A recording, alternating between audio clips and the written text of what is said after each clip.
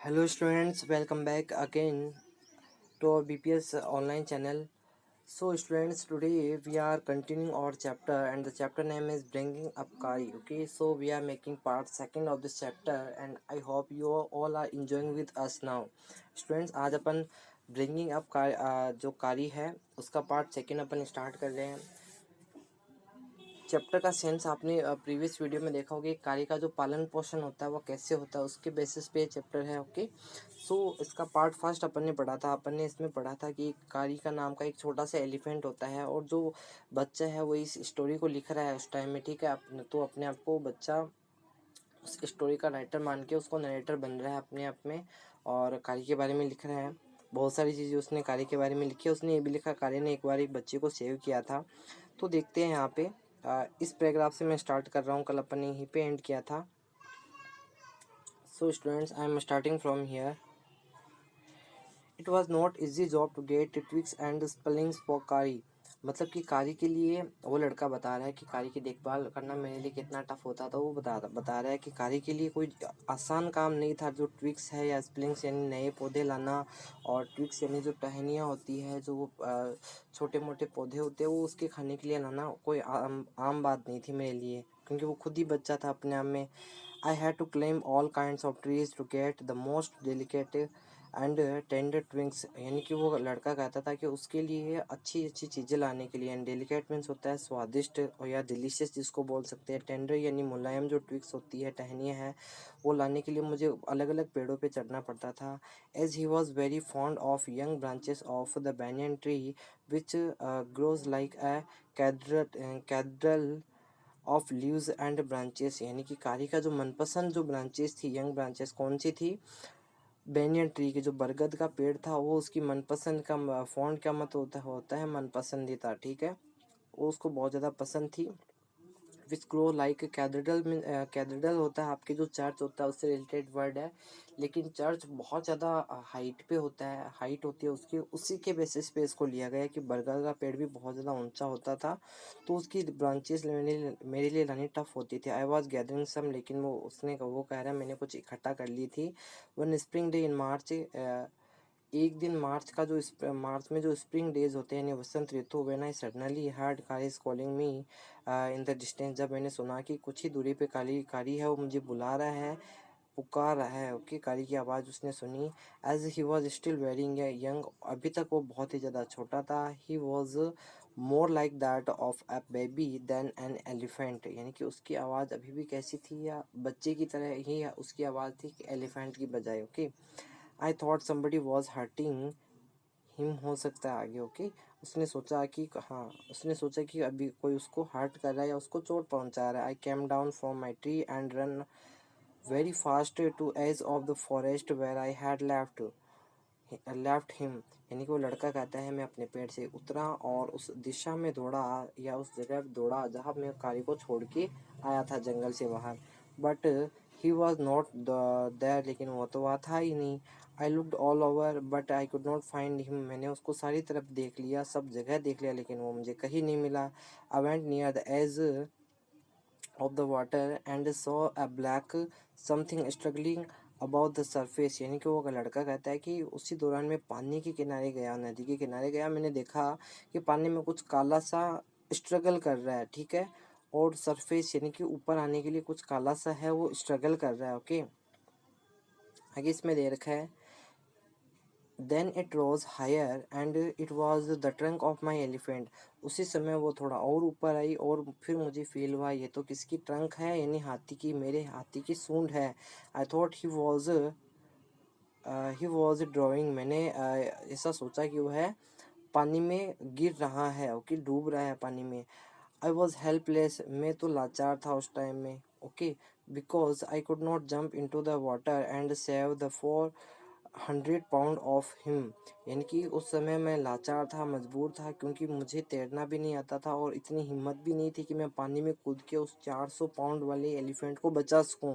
Okay, since he was much higher then, उसी समय दौरान वह और ऊपर आया। But I saw his back rise above the water and the moment he caught my eyes, okay. और उसी समय उसकी जो कमर है, उसकी जो बैक साइड है वो भी पानी से ऊपर आती है। और जैसे ही जिसी मोमेंट वो मुझे देखता है, he began to triumph and struggle up to the shore. Shore यानी होता है नदी का जो किनारा होता है वो, ओके। तो इसमें दे रखा है उसने आना स्टार्ट कर दिया। ट्रम्पेट मीन्स होता है चिंघाड़ना शुरू कर दिया। नदी के साइड में वो आता गया, नदी के किनारे आता गया और जोर जोर से चिंघाड़ने लगा, ओके, स्ट्रगल के साथ में, okay. Then still trumpeting he pushed me into the water. और और उसने टेम्पटेट करते हुए मुझे पानी के अंदर धकेल दिया, ओके। पुश्ड मीन्स होता है धकेलना या धक्का देना। As if I fell into the stream, जैसे ही मैं स्ट्रीम यानी नहर में गिरा। I saw a baby lying flat on the bottom of the river, मैंने कि पानी के बॉटम यानी नीचे की सतह पे एक जो बच्चा था उसको लेटे हुए देखा, okay. He had not altogether touched bottom but was somewhat अल्फोट, यानी कि वो पूरी तरह से पानी बॉटम है वहाँ पे पूरी तरह से नीचे टच नहीं था, थोड़ा ऊपर उठा हुआ था वो लड़का, okay. I come on the surface of the water to take my breath and there Kari was standing his feet planet to sandbank and his trunk stretched out like a hand waiting for mine. मतलब वो लड़का कह रहा है मैं कुछ जैसे ही सांस लेने के लिए कुछ थोड़ी देर के लिए बाहर आया, मैंने देखा कि जो मेरा हाथी था, जो कारी था, वो नदी के किनारे और जो है उसने अपनी मिट्टी में अपने पैर धंसाए हुए थे और अपनी सूंड को एक हाथ की तरह आगे किए हुए मेरा वेट कर रहा था ताकि वो मुझे खींच ले बाद में उस लड़के के साथ, okay. I dived down again and pulled the baby off the drawing boy to the surface but not being a good swimmer. वो लड़का कहता है फिर से मैंने डुबकी लगाई और उस बेबी को अपने साथ लिया और उसको अपने साथ ऊपर लाने की कोशिश की, लेकिन एक अच्छा स्विमर ना होने के कारण आई could not swim and sure and slow current was already dragging me down. वो कहता है एक अच्छा स्विमर ना होने के कारण मैं ऐसा नहीं कर पा रहा था सही तरीके से, और जो पानी का जो धारा थी, करंट दे रखा है स्लो करंट, यानी पानी की जो धीमे धीमे जो धारा थी वो भी मुझे अपने साथ ले जा रही थी, ओके। आगे देखिए इसमें Seeing us drift by the current, Kari who was usually slow and ponderous, यानी कि इन सब चीज़ों को देखते हुए कि जब हम लोगों को धारा अपने साथ ले जा रही थी, नदी अपने साथ ले जा रही थी, इसको देखते हुए कारी जो कि यूजुअली बहुत ही ज़्यादा स्लो और पॉन्डरस का मीन्स होता है भारी, हैवी, ओके, और धीमा एलिफेंट था। Suddenly darted down like a hawk and came हाल्ट वे इनटू द वाटर। वो अचानक से क्या हो गया, वो अचानक से क्या हुआ, आगे आया, ओके।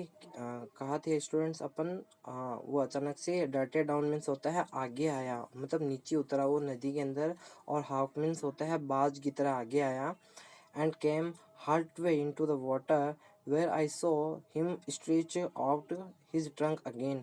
जब जहाँ मैंने उसको देखा उसने अपनी ट्रंक वापस से आगे की और मुझे खींचने की कोशिश करने लगा। I raised up my head my hand to catch it and it slipped. उस लड़के ने अपना हाथ बढ़ाया उसकी ट्रंक को, सूंड को पकड़ने के लिए, लेकिन वो क्या हो गई, ट्रंक क्या हो गई, स्लिप हो गई। I found my self going under the water again. मैंने अपने आप को दोबारा से पानी के अंदर जाते हुए देखा, but this time I found that the water was not very deep. और लेकिन उस टाइम मैंने पाया कि पानी उतना गहरा नहीं था, okay.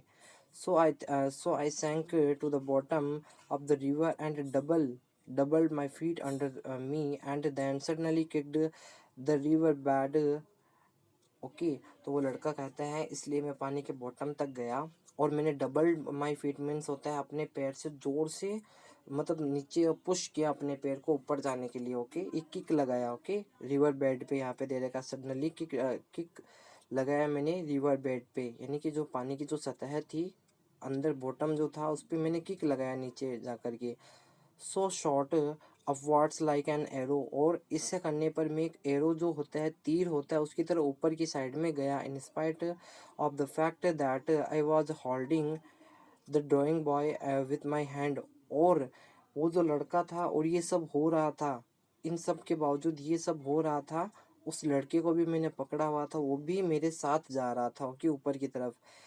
As my body rose above, जैसे ही मेरी बॉडी है वो पानी के ऊपर उठी, okay, the water, I felt lasso around my neck, मुझे ऐसा फील हुआ कि कोई रस्सी है वो मेरी गर्दन के चारों तरफ, किसी रस्सी ने मुझे लपेट लिया है।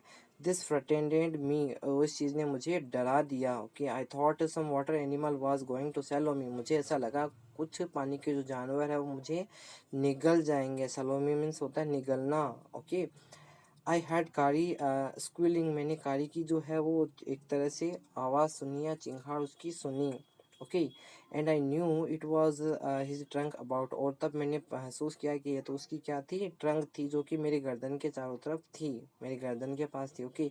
ही पुल्ड अस बोथ अशोर, और उसने हम दोनों को क्या कर लिया, नदी के किनारे तक खींच लिया। तो स्टूडेंट्स, अपन ने अब तक इतना ही चैप्टर पढ़ा है। आई होप आप सबने एंजॉय किया होगा इतने से चैप्टर को, ओके।